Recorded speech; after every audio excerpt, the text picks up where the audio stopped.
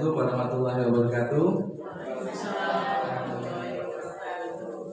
Pada Bapak Ibu guru KKG kelas 5 yang saya hormati dan saya banggakan, mohon izin saya mau mengadakan presentasi terkait budaya positif pada acara KKG kelas 5 ini. Selanjutnya mohon pada operator untuk melanjutkan slide-nya. Di sini perkenalkan, nama saya Inung Daryanto, saya CGP dari Angkatan 9 Kabupaten Klaten. Di sini saya akan melaksanakan tugas saya di modul 1B4 terkait budaya positif, yang mana saya harus mempresentasikan pada rekan-rekan sejawat terkait budaya positif yang saya pelajari di CGP Angkatan 9 ini. Yang pertama, di sini saya akan bacakan pokok bahasan perubahan paradigma. Yang kedua, konsep disiplin positif dan motivasi. Yang ketiga, keyakinan kelas. Yang keempat, kebutuhan dasar manusia.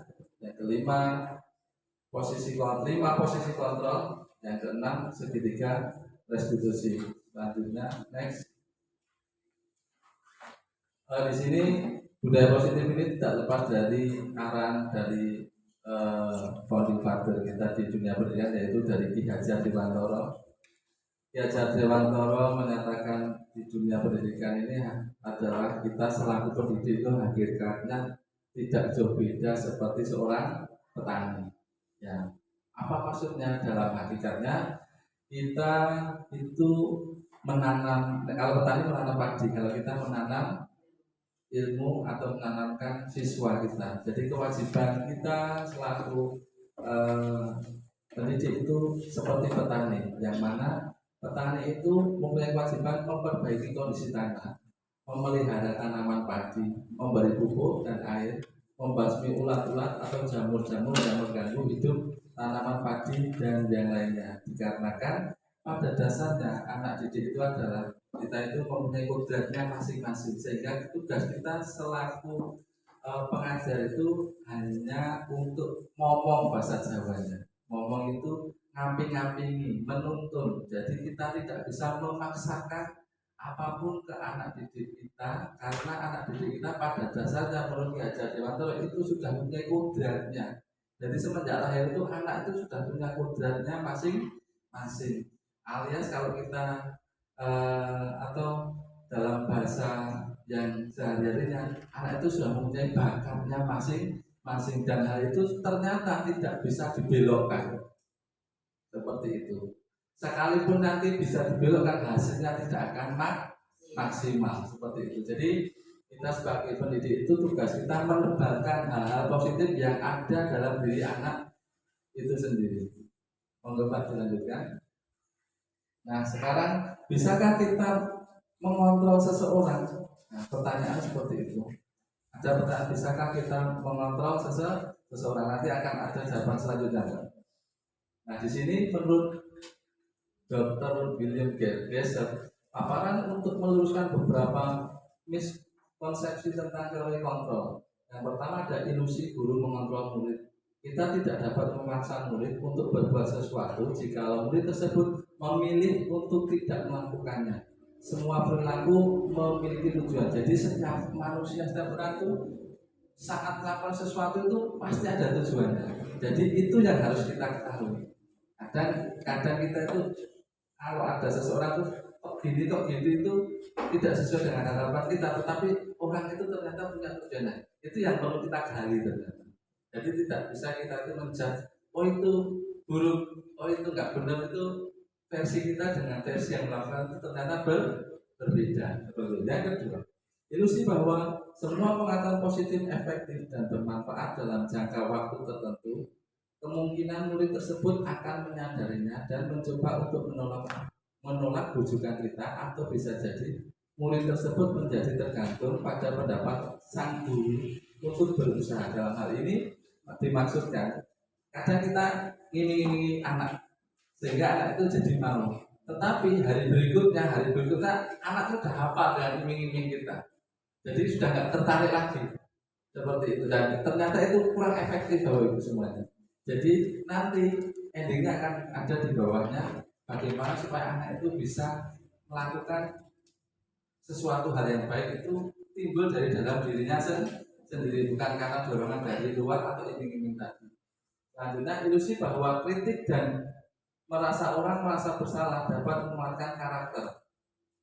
Menggunakan kritik dan rasa bersalah membuat mereka merasa buruk dan gagal. Contohnya misalnya ada anak itu kesukaannya aneh-aneh, terus kita tuh kamu kok aneh-aneh aja, kamu kok nakal dan sebagainya, itu ternyata juga berdampak kurang bagus terhadap anak didik kita, sehingga nanti kalau sering seperti itu kan dia akan merasa jadi orang yang buruk atau menjadi orang yang gagal. Itu kurang baik di mentalnya seperti itu. Karena ilusi bahwa orang dewasa memiliki hak untuk memaksa. Terkadang banyak orang dewasa yang percaya bahwa mereka memiliki tanggung jawab untuk membuat murid-murid berbuat hal-hal tertentu demi kemajuan. Pemaksa tidak efektif untuk jangka panjang. Jadi gede dan jauh. Wong tua kadang kan memaksa anak harus gini, harus gitu, harus itu. Nah, ternyata itu untuk jangka panjang itu tidak baik. Jadi mungkin saat itu anak itu nurut, tapi di dalam hatinya ternyata ada luka, bahasa ini mungkin ada, bahkan ada dendam seperti itu. Jadi nanti gedenya, nah itu akan berefek tidak bagus seperti itu. Lanjutnya, Pak. Nah di sini ada perubahan paradigma, jadi ada stimulus respon dan teori kontrol. Stimulus responnya kita mencoba mengubah orang agar berpandangan sama dengan kita. Tapi kenyataan teori kontrol yang sekarang kita itu berusaha memahami pandangan orang lain tentang dunia. Jadi sekarang harus dirubah seperti itu, Bapak Ibu. Jadi kadang kita itu memandang orang lain sesuai dengan diri kita. Ternyata itu kurang pas seperti itu, kurang pas yang benar. Kita itu harus memahami pandangan orang lain tentang dunia. Jadi kita memahami orang itu seperti itu, apa sih maksudnya, kita yang berusaha untuk memahami seperti itu. Selanjutnya, perilaku buruk dilihat sebagai suatu kesalahan. Kadang orang berbuat buruk, anak coret-coret bahwa itu menurut kita salah karena gerti dan sebagainya. Tapi padahal itu adalah penyaluran bakatnya. Nah di sini semua perilaku memiliki tujuan. Nah, kita harus mencari tahu apa sih tujuannya. Kalau misalkan ada anak mencoret-coret tembok, ya harus kita wadai supaya nanti tidak mencoret-coret tembok. Karena itu bakat. Kalau kita larang, kalau kita ini, berarti kita sudah mematikan bakat anak. Akhirnya nanti anak sudah tidak mau sama sekali, bakatnya bisa hilang seperti itu. Bahkan tidak mau untuk memunculkan. Selanjutnya, orang lain bisa mengontrol saya. Yang baik itu hanya Anda yang bisa mengontrol diri Anda sendiri. Jadi kita itu yang bisa mengontrol diri kita sendiri, bukan orang lain. Sekalipun apapun itu tidak bisa orang lain mengontrol diri kita. Begitu juga sebaliknya, kita juga tidak bisa mengontrol orang lain. Apapun itu lebih baik muncul dari dalam dirinya sendiri. Selanjutnya, pemaksaan ada pada saat bujukan gagal. Jadi kadang dibujuk akhirnya dimarah-marah, bahkan dipaksa. Itu juga kurang bagus. Nah di sini bagusnya seperti apa? Kolaborasi dan konsensus menciptakan pilihan-pilihan baru. Jadi kalau misalkan dibujuk gagal, kita beri pilihan pada orang lain, entah itu anak atau siapa, pilih yang mana. Kalau dia sudah bisa memilih, nah itu biasanya dia akan melakukan dengan tingkat kesadaran yang tinggi. Seperti selanjutnya, model berpikir menang kalah. Kadang kita berpikir satu, yang penting menang, tapi ada yang dikalahkan. Nah itu kurang pas juga. Kita harus berpikir bagaimana mencari solusi itu menang dan menang. Jadi yang satu tetap menang, yang satu juga menang. Jadi tidak ada yang kalah seperti itu. Nah nanti akan kita cari cara-cara biar supaya semuanya menang. Bahasa ininya win-win solution seperti itu. Jadi tidak ada yang dirugikan. Selanjutnya, Mbak. Nah, untuk membangun budaya yang positif, sekolah perlu menyediakan lingkungan yang positif, aman dan nyaman agar murid-murid mampu berpikir, bertindak, dan mencipta dengan merdeka, mandiri, dan bertanggung jawab. Unsur utama terwujudnya budaya positif dengan disiplin positif. Sekarang pertanyaan, apakah makna disiplin? Nah, seperti itu. Nanti akan diterangkan di selanjutnya. Tapi sebelum saya terangkan selanjutnya, monggo kuaturi muncul sama Harun yen boten menapa disebut sinami. Monggo Pak Bu, dipun Tapi sakwontenipun sekalian mendengarkan saya berbicara ngapunten. Selanjutnya saya lanjutkan lagi, monggo Pak diturunkan lagi saja. Kebanyakan orang akan menghubungkan kata disiplin dengan tata tertib, teratur, dan kepatuhan. Pada peraturan bahkan sering dihubungkan dengan hukuman. Nah, di sini Bapak Pendidikan kita, Ki Hajar Dewantoro, menyatakan bahwa untuk mencapai kemerdekaan atau dalam konteks pendidikan kita saat ini, untuk menciptakan murid yang merdeka, syarat utamanya adalah harus ada disiplin yang kuat. Disiplin yang dimaksud adalah disiplin diri yang memiliki motivasi internal. Nah, di sini tuh, Bapak. Jadi disiplinnya itu munculnya bukan karena pemaksaan, tapi bagaimana memunculkan disiplin itu keluar dari dalam diri seseorang itu sendiri, seperti itu. Monggo selanjutnya, Pak.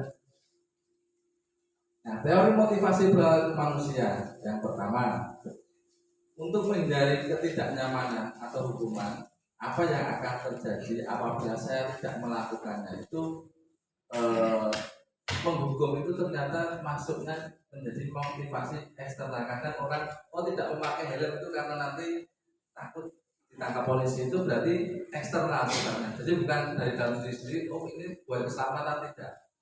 Jadi gara-gara hanya takut sama polisi pakai helm, nah itu nanti berarti kalau lewat jalan yang tidak ada polisinya nggak mau pakai helm, nah itu kurang baik. Jadi hukuman itu berdampaknya seperti itu contohnya.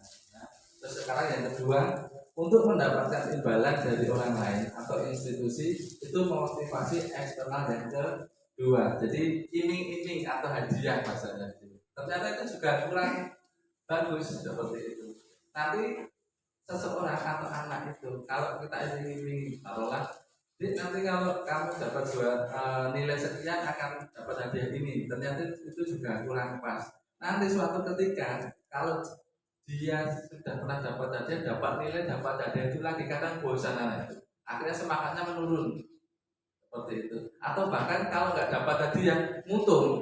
Nah, seperti itu yang dikhawatirkan atau yang akan terjadi kalau sering mendapatkan hadiah. Makanya di guru penggerak ini malah saya diajari untuk dilarang memberikan hadiah seperti itu. Bolehnya bagaimana memberikan respon, misalnya memberi sanjungan untuk seperti bentuk penghargaannya bukan berwujud hadiah, tetapi berwujud kita memberikan apresiasi seperti itu. Selanjutnya yang ketiga, untuk menghargai diri sendiri, menjadi insan sesuai harapan kita. Ini motivasi internal dari tujuan disiplin positif ini. Nah, yang ketiga ini yang sekarang lagi sedang digalakkan. Untuk menghargai diri sendiri, menjadi insan sesuai harapan kita, saya akan menjadi orang yang seperti apa bunda saya. Untuk menghargai diri sendiri, menjadi insan sesuai harapan kita, saya akan menjadi orang yang seperti apa bunda saya melakukannya. Itu muncul motivasi dalam dirinya sendiri, bukan dari dorongan hadiah maupun hukuman tadi. Selanjutnya, kan? Yang kedua, konsep disiplin positif dan motivasi. Tujuan disiplin positif adalah menanamkan motivasi yang ketiga pada murid-murid kita, yaitu untuk menjadi orang yang mereka inginkan dan menghargai diri sendiri dengan nilai-nilai yang mereka percaya. Ketika murid-murid kita memiliki motivasi tersebut, maka telah memiliki motivasi intrinsik yang berdampak jangka panjang. Motivasi yang tidak akan terpengaruh pada adanya hukuman ataupun hadiah seperti yang tadi. Mereka akan tetap berperilaku baik dan berlandaskan nilai-nilai kebajikan karena mereka ingin menjadi orang-orang yang menjunjung tinggi nilai-nilai yang mereka hargai. Jadi bukan karena hukuman maupun hadiah tadi, bagaimana cara kita itu menyadarkan anak didik kita supaya apapun kegiatan atau perbuatan baiknya itu timbul atau muncul dari dalam dirinya sendiri, seperti itu tujuannya. Selanjutnya, sekarang bagaimana cara kita sebagai guru untuk menanamkan disiplin positif ini kepada murid-murid kita. Nah, di sini akan kita baca bersama. Selanjutnya, yang pertama kita membuat keyakinan kelas. Mungkin baru Dengan keyakinan kelas. Keyakinan kelas ini artinya adalah kesepakatan kelas. Jadi kesepakatan kelas yang dibuat bersama-sama bersama siswa. Jadi misalkan baru masuk itu kita buat kesepakatan. Kita mau mengadakan apa ini, belajar, terus belajar seperti apa yang kalian inginkan. Pastikan anak-anak ini yang asik, yang menarik, yang menyenangkan. Nah itulah, itu namanya nanti terbentuk keyakinan kelas. Dari kata-kata anak itu tadi kita membuat pertanyaan lagi, seperti apa sih supaya kelas kita itu asik, menyenangkan. Pasti anak-anak nanti akan bermunculan idenya. Mungkin dengan cara sambil bernyanyi Pak, apa Bu, sambil bermain dan sebagainya. Itu nanti kita jadikan keyakinan kelas atau kesepakatan kelas. Terus bagaimana pembelajaran yang baik dan menyenangkan tadi, tidak boleh ramai dan sebagainya. Tetapi nanti keyakinan di sini tidak boleh pakai kata yang negatif. Harus semua pakai kata yang positif. Berarti negatif itu tidak boleh kata tidak, jangan, itu tidak ada di dalam keyakinan kelas nanti. Jadi dirubah. Misalkan nanti ada anak-anak yang memunculkan kata negatif, itu dirubah menjadi kalimat positif seperti itu. Selanjutnya, mengapa keyakinan sebentar? Saya bacakan dulu yang itu. Mengapa keyakinan kelas bukan peraturan saja? Ya, karena yang pertama, mengapa ada peraturan harus menggunakan helm bila mengendarai kendaraan roda 2? Mengapa ada peraturan 3M menggunakan masker, mencuci tangan, dan menjaga jarak 1,5 meter? Mengapa harus datang tepat waktu pada saat mengikuti pelajaran? Untuk mendukung motivasi intrinsik kembali ke nilai-nilai atau keyakinan lebih menggerakkan seseorang dibandingkan mengikuti serangkaian peraturan-peraturan. Nah, di sini ini contoh-contoh pertanyaan, kenapa kok harus memakai helm, terus 3M dan sebagainya, itu supaya muncul dari dalam dirinya sendiri. Selanjutnya, nah di sini ada dua contoh ini. Mana yang merupakan keyakinan kelas? Nah, yang ada dua contoh. Semua sama-sama kesepakatan, tetapi dari dua ini ternyata salah satunya bukan kesepakatan. Ya, seperti itu. Yang A dan yang B. Yang B itu sifatnya seperti hubungan dua individu saja antara murid dan guru. Tapi yang satunya itu harus dilakukan semua warga kelas itu. Seperti yang A yang benar. Nah, yang A contohnya kesepakatan kelas, datang tepat waktu, mengucapkan salam. Ini kalimatnya semua kalimat positif. Nah, selanjutnya menjaga kebersihan sekolah, itu juga kalimat positif. Berdoa sebelum dan sesudah kegiatan, positif. Aktif dalam pembelajaran, positif. Lalu yang terakhir tertib. Nah, nanti setelah itu baru dibuat turunan-turunannya seperti itu. Misalnya tertib, turunannya apa sih tertib? Oh, berarti duduk pada tempatnya dan sebagainya. Itu nanti turunan itu bisa diturunkan menjadi yang lebih detail lagi seperti itu. Karena dalam kesepakatan kelas ini kita diusahakan membuat kalimatnya sependek mungkin sehingga mudah diingat seperti itu. Nah, fungsinya itu apa? Nanti di saat ada anak yang melanggar aturan, berbuat kurang baik, kita ingatkan lagi ke kesepakatan kelas ini. Kalau dia ingat ke kesepakatan kelas ini, nanti akan dengan sendirinya dia akan memperbaiki perbuatannya itu. Selanjutnya, Mbak. Nah, di sini menurut dosen suatu keyakinan akan lebih memotivasi seseorang dari dalam atau memotivasi secara intrinsik. Nah, di sini ada contoh peraturan, tapi keyakinan kelasnya masih kosong. Di sini tadi saya baru mulai mengerjakan juga itu. Jadi saya kerjakan, terus saya tulis di sini, di situ karena masih kosong. Yang pertama peraturan, selalu kembalikan buku ke tempatnya. Keyakinan kelas apa yang dibuat di situ? Kira-kira supaya kalimatnya pendek dan mudah diingat. Nah, keyakinan kelas atau nilai kebajikan yang dituju adalah kembalikan ke buku pada tempatnya, itu masuknya ke tanggung jawab seperti itu. Jadi supaya nanti nilai kebajikannya tanggung jawab, turunannya selalu kembalikan buku pada tempatnya, itu salah satu turunan dari nilai-nilai kebajikan. Selanjutnya, dilarang mengganggu orang lain, itu menghormati diri sendiri dan orang lain. Nah, jadi nilai kebajikannya menghormati diri dan orang lain. hadir di sekolah 15 menit sebelum pembelajaran. Itu masuknya apa nilainya tadi? Kedisiplinan, betul. Terus dilarang melakukan kekerasan.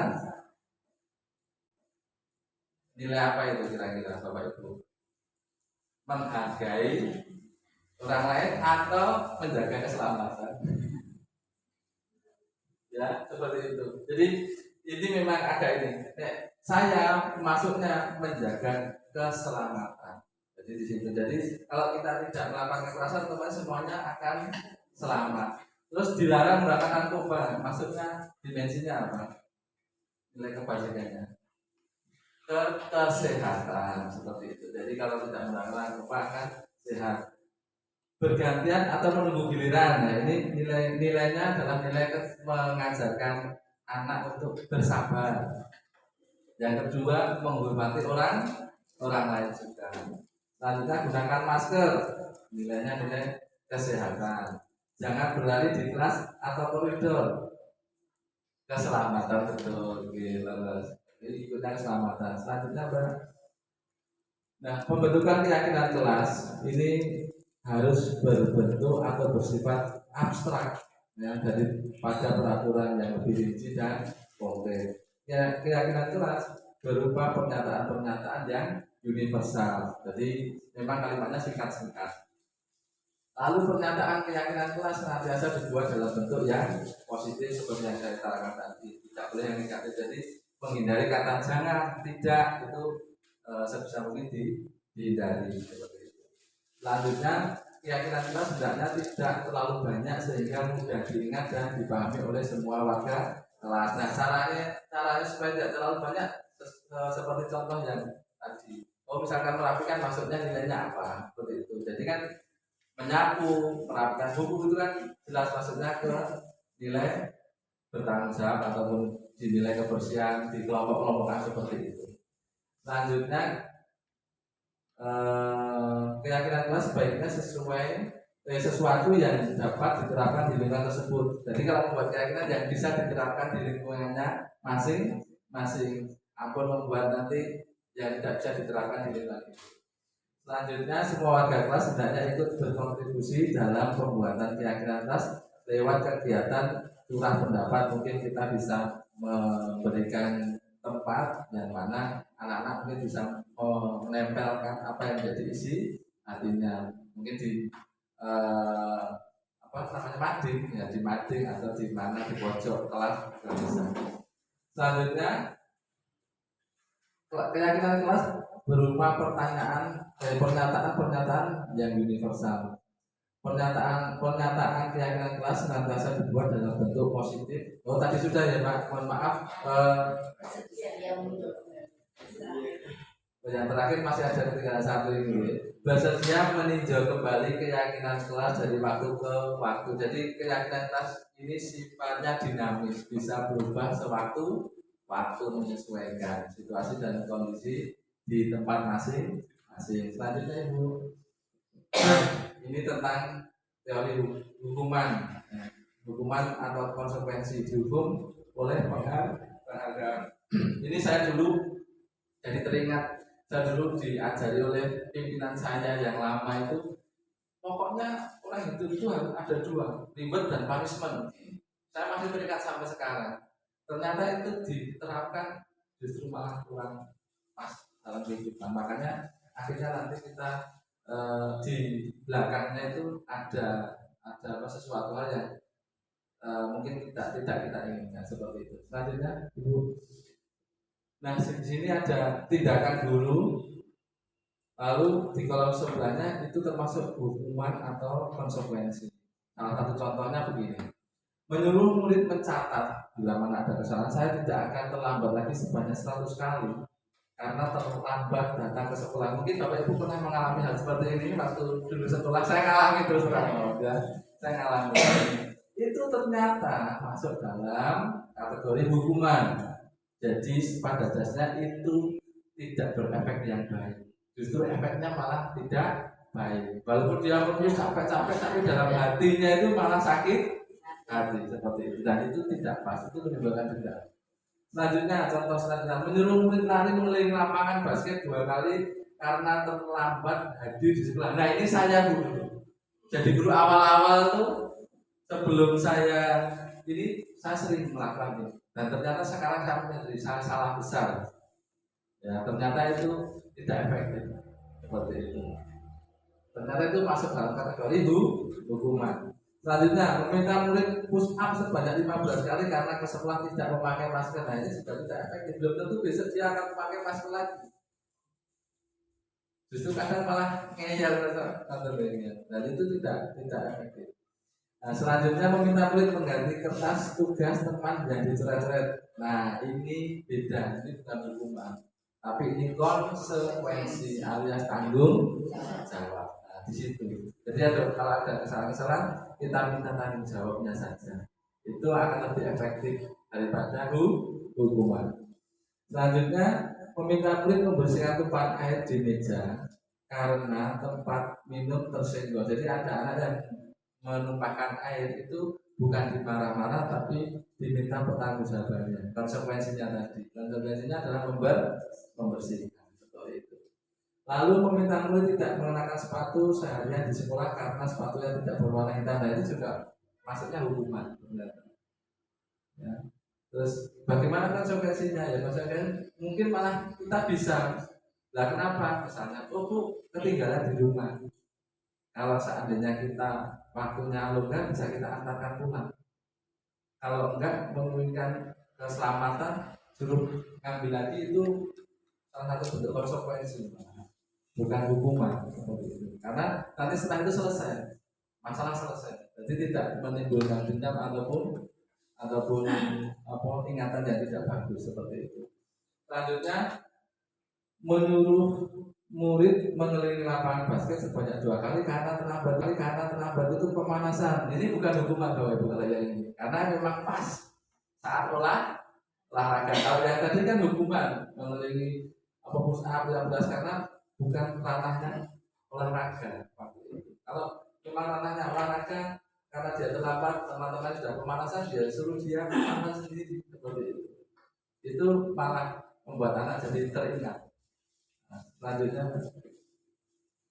ini perbedaan hukuman dan konsekuensi. Nah ini hukuman yaitu sesuatu yang menyakitkan harus terjadi. Nah ini tadi memang harus terjadi tapi menyakitkan, membekas di dalam hati sampai Tuhan mungkin kita dulu pernah dihukum teringat terus itu ya seperti itu. Nah, konsekuensi itu seperti apa? Konsekuensi itu sesuatu yang harus terjadi tapi tidak menyakitkan. Ya tadi seperti tadi misalnya merusak kertas temannya dia mengganti seperti itu saja selesai. Gitu. Selanjutnya membuat anak sakit fisik maupun hati untuk jangka waktu lama inilah dampak dari hukuman. Jadi menghukum itu ternyata membuat anak itu sakit hati maupun fisiknya. Ya harusnya bagaimana? Harusnya munculkan konsekuensi. Konsekuensinya membuat anak merasa tidak nyaman dalam jangka waktu yang pendek. Jadi tidak berlarut-larut, tidak membekas di hatinya. Selanjutnya contoh hukumannya, anak membenci. Dampak dari hukuman, anak membenci kedisiplinan. Akhirnya anak membenci kedisiplinan kalau dihukum lagi. Ya. Nah harusnya bagaimana? Munculkan konsekuensinya. Anak menghargai disiplin akhirnya. Oh kalau datangnya terlambat supaya besok datang terlambat lagi seperti apa? Munculkan konsekuensinya di situ. Lalu hukuman itu timbul paksaan. Nah, jadi dipaksa harus. Nah itu termasuk dalam hukuman. Terus konsekuensinya seperti apa? Stimulus atau tanggapan. Jadi kita gali ditanggap bahasanya, ditanggap. Misalnya tadi mencontek kenapa kalau kemarin lupa belajar Bapak, kok bisa lupa belajar kenapa? Karena kebanyakan main atau main game lupa. Oh ya kalau memang seperti itu kita semua pernah jadi manusia memang tidak pernah melakukan lupa, tidak jauh dari lupa. Jadi anak itu enggak begitu, bukan saya sendiri yang pernah lupa. Nah terus kalau sudah lupa, seperti apa yang akan kamu lakukan? Saya akan belajar lupa. Seperti itu jawabannya. Nah itu muncul dari dalam dirinya sendiri. Jadi dia punya masalah, nanti dia sendiri yang juga mengatasi masalah itu sendiri. Lalu konsep diri yang buruk ini hukuman, ya. itu hukuman itu membuat orang itu akan menjadi buruk konsepnya. Jadi konsekuensinya kita membuat konsep diri yang baik. Artinya hukuman anak belajar untuk menyembunyikan kesalahan. Akhirnya dia belajar menyembunyikan kesalahan supaya tidak dihukum. Nah seperti itu. Bagusnya anak belajar untuk mematuhi peraturan supaya anak itu mematuhi peraturan, bukan karena takut dihukum. Selanjutnya hukuman itu biasanya akan marah, rasa bersalah, dipermalukan, merasa tak dihargai. Nah, akhirnya timbul dendam karena itu tadi. Konsekuensi harus bagaimana? Kehilangan hak, dibuat tidak nyaman, diasingkan atau diasingkan untuk sementara, time out. Jadi dikasih waktu untuk merenung. Maksudnya seperti itu. Bukan diasingkan seterusnya tidak, tapi hanya dikasih waktu untuk merenung seperti itu. Selanjutnya, nah ini pertanyaan. Pertanyaannya, Ibu Retno, ini salah satu contoh saja, contoh kesalahan ya. Ibu Retno, guru kelas 5, sedang bingung menghadapi ulah salah satu murid di kelasnya yang bernama Doni. Beberapa anak di kelas telah datang padanya dan mengeluh Doni yang seringkali meminta bekal makan siang mereka dengan paksa. Nah, pertanyaan di sini, menurut Anda, kira-kira apa alasan Doni melakukan hal itu? Yang kedua, jika Anda menghadapi situasi seperti Ibu Retno, apa yang akan Anda lakukan? Akankah memarahi Doni, menghukum Doni, atau seperti apa? Nah, kalau kita mengikuti konsep yang tadi, itu kita cari tahu kenapa toh dari Doni itu dipanggil, kenapa Doni kok ambil apa makanan teman-teman ini. Nah, ternyata nanti pasti Doni mengutarakan alasan. Silahkan selanjutnya Mbak, di bawahnya ada alasannya. Nah, karena sifat manusia itu di sini, sifat dasar manusia, Bapak Ibu semuanya.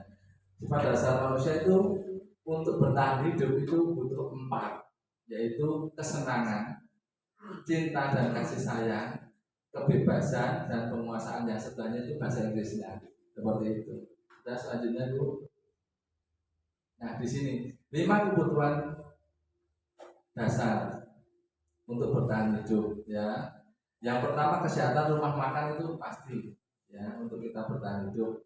Yang kedua cinta dan kasih sayang. Kita itu hidup itu butuh cinta dan kasih sayang untuk diterima orang lain dan koneksi sosial. Selanjutnya penguasaan, pengakuan atas kemampuan kita. Loh, kita itu sebenarnya kalau punya kemampuan ya senang kok kalau kemampuan kita itu diketahui oleh orang lain. Lalu kebebasan, nah freedom itu kemandirian atau bebas memilih tanpa ada paksaan tadi.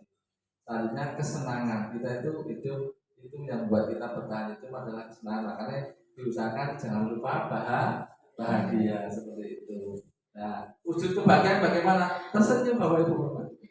Ya, kalau emang orang itu kalau suka tersenyum itu jadinya awet 6 kayak Mas Nada ya Mas. 5 posisi kontrol. Nah, di sini Jaring dosen ada 5 posisi kontrol yang diterapkan seorang guru, orang tua ataupun atasan dalam melakukan kontrol. Yang pertama, 5 posisi kontrol tersebut menghukum, membuat orang merasa bersalah, melakukan seperti teman, monitor pemantauan dan manajer. Selanjutnya, nah ini identitas atau motif kontrol dari luar, identitas berhasil sukses kontrol dari luar, identitas berhasil atau sukses kontrol dari diri. Nah ini ada contoh-contohnya. Motivasinya apa? Guru berkata, saya bacakan satu contohnya saja. Guru berbuat, yang pertama menghukum, menghadik, menunjuk-nunjuk, menyakiti, menyindir. Nah terus hal lainnya berceramah dan mengatakan harusnya ibu kecewa dan sebagainya, itu ternyata masuk ke dalam kontrol yang menghukum, dan itu pun termasuk kategori yang gagal. Mengharapkan imbalan atau ketergantungan, di sini membuat alasan-alasan untuk muridnya atau terus memantau, menghitung dan mengukur, itu juga kurang pas ya. Ini yang menghargai diri sendiri atau manajerial ini. Mengajukan pertanyaan. Jadi kita selakukan manajerial, kalau ada suatu masalah itu mengajukan pertanyaan. Dari situ kita akan bisa menggali sebab dan bisa mengambil solusinya. Selanjutnya nanti kalau dibacakan banyak sekali soalnya. Ya. Selanjutnya ini posisi pemantau dan manajer, apa itu restitusi. Jadi kalau di dalam pelajaran ini saya diajari untuk memakai sertifikat restitusi. Mungkin sudah pernah mendengar. Terus terang saya mendengar baru semenjak ikut ini. Sebelumnya saya juga belum mempelajari ini. Apa itu restitusi? Restitusi adalah proses menciptakan kondisi bagi murid untuk memperbaiki kesalahan mereka sehingga bisa kembali ke kelompok mereka dengan karakter yang lebih kuat. Jadi tidak menghukum yang tadi. Ya, seperti itu. Selanjutnya, nah inilah gambaran dari segitiga restitusi. Yang tengah itu segitiga restitusi itu ada 3 poin.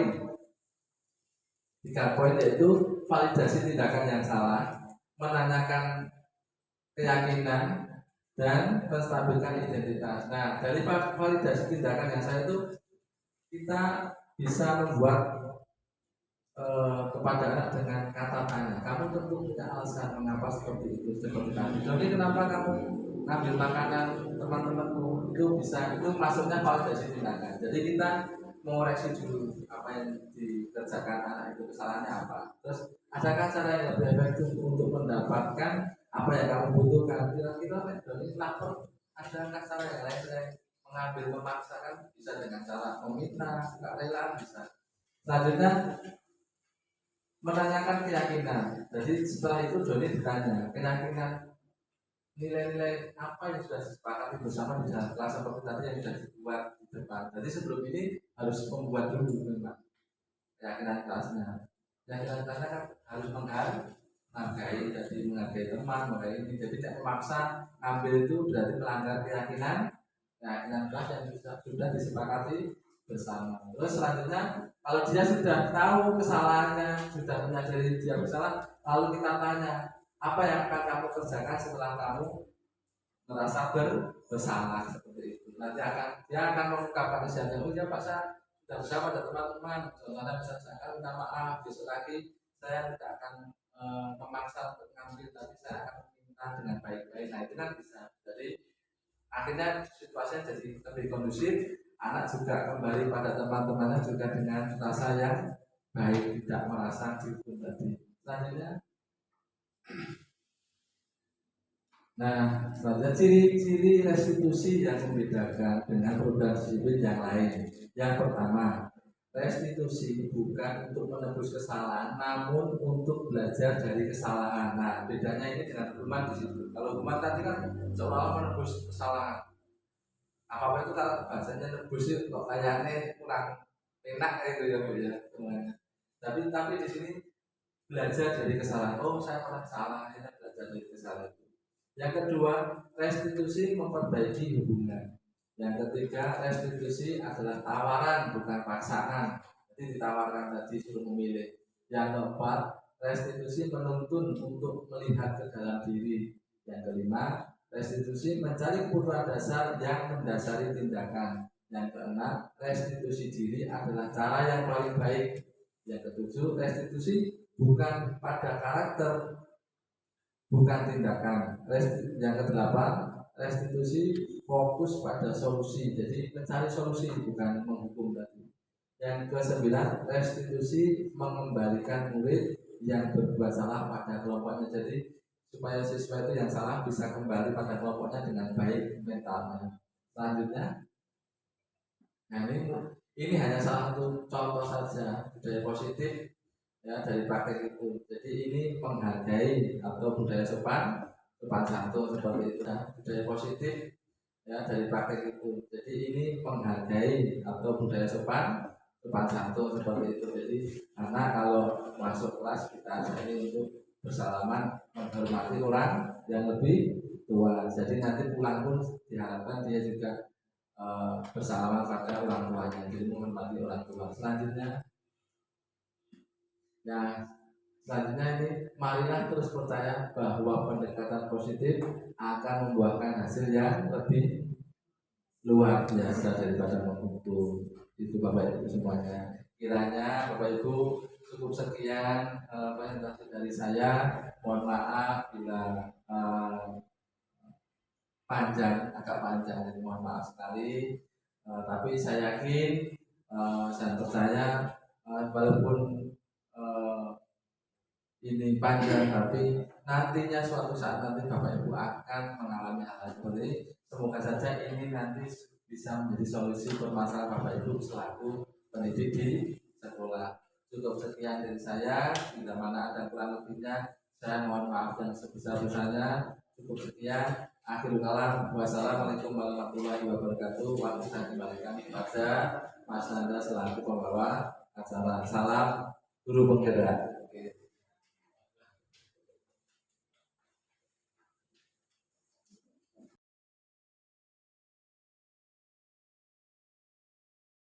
Assalamualaikum warahmatullahi wabarakatuh.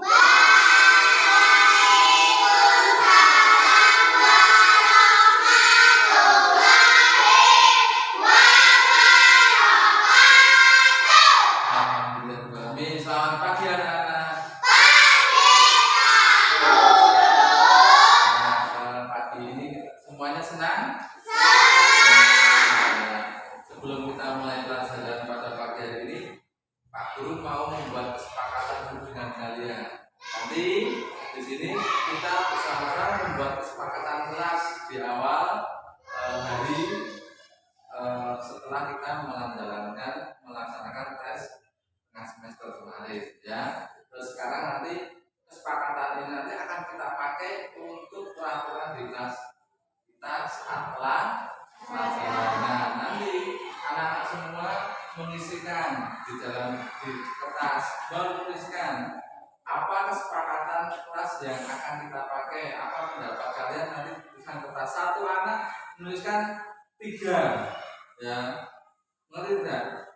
3. Pak, nanti kalau sama gimana, sama dan masalah nanti kita bicarakan bersama. Mengerti? Oke, kalau sudah mengerti, Pak Guru bagikan, nanti kalian tuliskan kesepakatan apa di kelas ini yang akan kita lakukan dan yang ingin kalian inginkan, ya. Pak Guru bagikan, nanti kalau sudah ditulis, nanti ditempelkan di papan depan yang sudah dipersiapkan oleh Pak Guru. Ini, ya. Masa 1 ini buat Kamista. Kalian tuliskan pakai pulpen, ya, bukan pakai pensil, pakai pulpen, ya. Tulisannya yang bagus, ya, yang bisa dibaca seperti itu. Tulis berapa? 3. Ya, silakan menuliskan, Pak Guru tunggu. Nanti setelah kalian selesai menuliskan, kita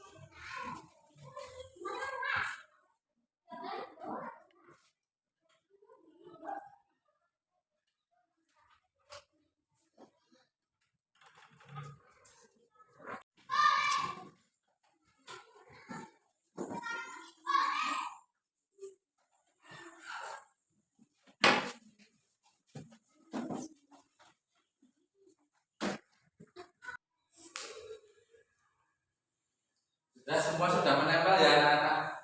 Sudah menempel. Ini punya Kalista, Renova, Putri, Jahwa, Risa. Siapa ini? Gibral, ya. Riyama, Marsha. Oke, sudah lengkap semuanya. Mari kita pilih satu diskusikan bersama-sama satu persatu. Dari Kalista ini ya. Kalista yang pertama, kesepakatan kelas yang diusulkan Kalista, dilarang memukul teman, setuju tidak? Setuju. Yang kedua, berlaku sopan, Setuju. Yang ketiga, dilarang baperan. Maksudnya dalam baperan itu tidak boleh cengeng. Begitu Pak Kalista? Iya, Pak. Setuju tidak? Setuju. Ini disepakati Pak Guru tempel di sini, tapi ini sulasinya tidak bisa dipakai. Tolong dipotongkan Pak Guru sulasinya, oke? Nah, Pak Guru tempel ya, ini setuju semua usulan dari Kalista. Nah, tempel sini. Oke. Selanjutnya usulan yang kedua. Usulan yang kedua Pak Guru bacakan ya. Dari Renova ya, dari Renova usul yang pertama, tidak boleh makan di kelas, setuju tidak? Tidak. Setuju. Masa pelajaran boleh makan di kelas? Jadi tidak boleh makan di kelas ya. Ya, di kelas saat pelajaran tidak boleh makan. Setuju? Oke. Yang kedua, mengerjakan tugas tepat waktu. Jadi nggak boleh molor-molor. Tidak boleh lupa. Setuju? Setuju. Yang ketiga, memakai seragam lengkap. Seragam lengkap dari atas sampai bawah. Waktunya olahraga pakai seragam olahraga. Waktunya hari Senin pakai seragam putih merah dan sepatu kaos kaki kating. Nah, itu juga tidak boleh lupa. Kalau pas waktunya putih merah juga pakai dasi. Nah, seperti itu. Setuju? Setuju. Oke, kalau setuju ini ditempelkan di sana. Tolong Mbak Kalista ditempelkan. Pak Guru dibantu menempelkannya. Ambil relatifnya ya, tuh. Tolong ditempelkan di sana. Oke. Pak Guru ambil lagi ya. Ini semua nanti dibacakan ya supaya kita sepakati bersama. Selanjutnya dari Putri ya. Usulan yang pertama, ulangan tidak boleh mencontek. Setuju tidak? Setuju. Ulangan jangan boleh mencontek, tampaknya tidak jujur itu ya. Nah, keyakinan kita kan kita harus bersikap jujur. Ya. Terus yang kedua, tidak boleh membuang sampah di laci. Alias tidak boleh membuang sampah sembarangan. Setuju tidak? Setuju. Yang ketiga, merapikan kursi dan meja. Ya, baik saat pelajaran maupun saat mau pulang sekolah. Setuju? Setuju. Tolong Mbak Kalista ditempel, dari semuanya setuju dengan usulan Mbak Putri. Selanjutnya yang keempat, usulan dari Jawa ya. Yang pertama, usulan dari Jawa, tidak boleh makan saat pelajaran. Tadi sudah ya, sama ya dengan yang tadi. Oke, tadi sudah disetujui. Berarti ini setuju. Yang kedua, dilarang berlari-larian di kelas. Kelas lari-larian sana kemari. Boleh tidak? Tidak. Berarti disetujui ya?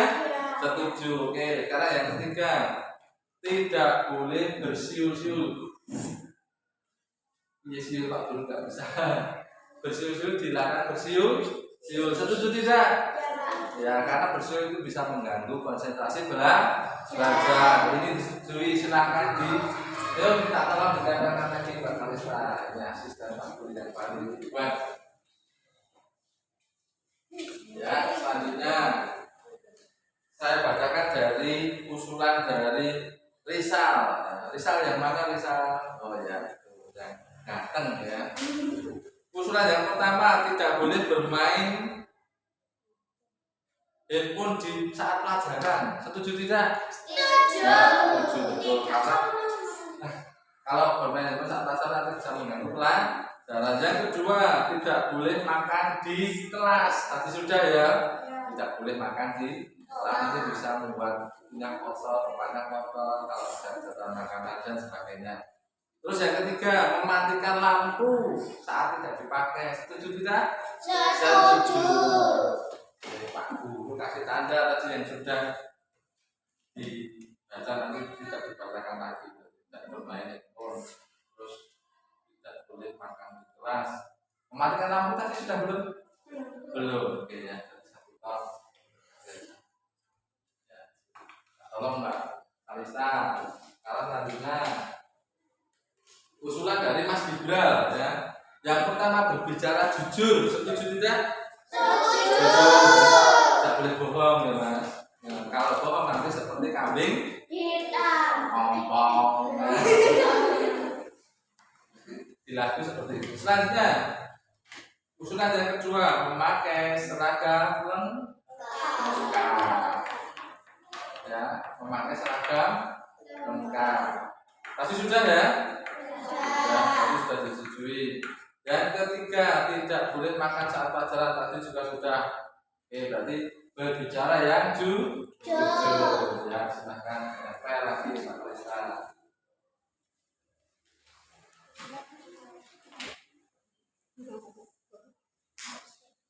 Selanjutnya dari Mbak Marsha, nah kita itu ada gambarnya daun. Usulan yang kedua, memakai seragam lengkap. Ya, memakai seragam lengkap. Pasti sudah ya? Ya, tadi sudah disetujui. Yang ketiga, tidak boleh makan saat pelajaran, tadi juga sudah. Oke, berarti berbicara yang jujur. Ya, silahkan nempel lagi Pak Reza.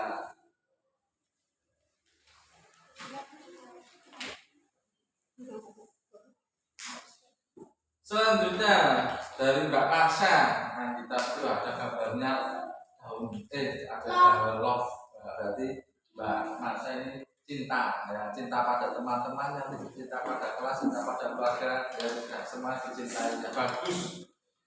Usulan Mbak Marsha yang pertama, tidak boleh membuli teman. Ini ngumpul mengejek tidak boleh. Setuju tidak? Yang kedua, tidak boleh mencontek saat pelajaran. Tadi sudah disetujui belum? Sudah. Setuju tidak? Setuju. Yang ketiga, bicara sopan dengan orang yang lebih tua. Tidak hanya orang yang lebih tua, dengan siapapun semua baru berbicara dengan sopan. Setuju tidak? Setuju. Oke, tempel Mbak Kaisa. Terima kasih. Ini usulan yang terakhir. Ya, usulan yang terakhir. Usulan dari Mbak Riyama. Ya, yang pertama, melaksanakan piket kelas. Setuju tidak? Setuju. Jadi setiap hari harus melaksanakan piket Kelas. Oke. Selanjutnya, usulan yang kedua, jaga ketertiban. Tadi harus tertib di dalam kelas, ya, tidak sana kemari, tidak berteriak-teriak sendiri, ya seperti itu. Memperhatikan Pak Guru atau Bu Guru atau teman yang sedang berbicara tentang pelajaran. Setuju tidak? Setuju. Yang ketiga, usulannya membawa buku sesuai jadwal. Setuju? Setuju. Oke, dan setuju. Tempel Mbak Kalista. Terima kasih.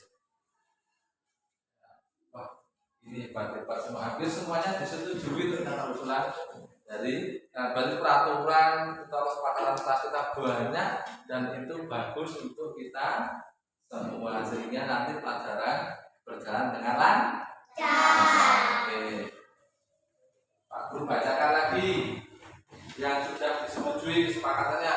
Boleh kalian anak-anak semua boleh menulisnya, ya seperti itu. Boleh menulisnya. Saya bacakan. Ya. Kesepakatan yang pertama, hasil kesepakatan kita hari ini yang pertama.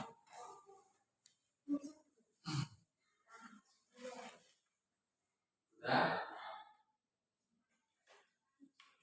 Dilarang memukul teman.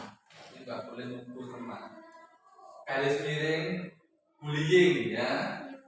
Berarti mengejek, memukul tidak boleh. Terus yang kedua, berlaku sopan kepada siapa saja. Oke. Udah? Yang ketiga, di dalam baperan ini berarti tidak boleh cengeng. Tidak boleh cengeng. Selanjutnya, yang keempat, tidak boleh makan di dalam kelas. Ya, terus yang kelima, mengerjakan tugas tepat waktu. Yang keenam, memakai seragam lengkap. Yang ketujuh, ulangan tidak boleh mencontek. Yang kedelapan, tidak boleh membuang sampah sembarangan. Yang kesembilan, merapikan kursi dan meja saat pelajaran maupun akan pulang sekolah. Yang ke-10, tidak boleh makan satu sudah. Yang ke-10, dilarang berlari di dalam kelas. Jadi di dalam kelas jalan kaki saja, ya. Sama maju, mau mundur, jalan kaki. Ya, betul. Terus yang ke-11, tidak boleh bersiul-siul di dalam kelas. Ya, selanjutnya yang ke-12, tidak boleh bermain handphone. Jadi tidak boleh bermain handphone saat pelajaran. Yang ke-12, mematikan lampu saat tidak dipakai. Jadi lampu kalau tidak dipakai dimatikan. Terus berbicara yang jujur. Nah, tidak boleh berbohong. Selanjutnya yang ke-13, tidak boleh tadi sudah bicara sopan sudah. Selanjutnya apa ini? Membawa buku sesuai jadwal. Dan terakhir 15 aturannya melaksanakan tugas tiket setiap hari. Ya sudah, oke, bagus, semuanya disetujui. Itu sudah kalian catat semuanya. Jadikan itu kesepakatan kelas kita saat ini dan seterusnya. Nanti tolong pada sekretaris untuk menulisnya ditempel di dinding, ya. Ditempel di dinding. Sudah, kesepakatan kita cukup sekian anak-anak semuanya. Kita lanjutkan ke pelajaran selanjutnya. Ya, cukup sekian dari Pak Guru. Ya, kita sudahi, ya. Karena sekarang ini sudah berakhir, Pak Guru menutup salam. Akhir kalam, wassalamualaikum warahmatullahi wabarakatuh.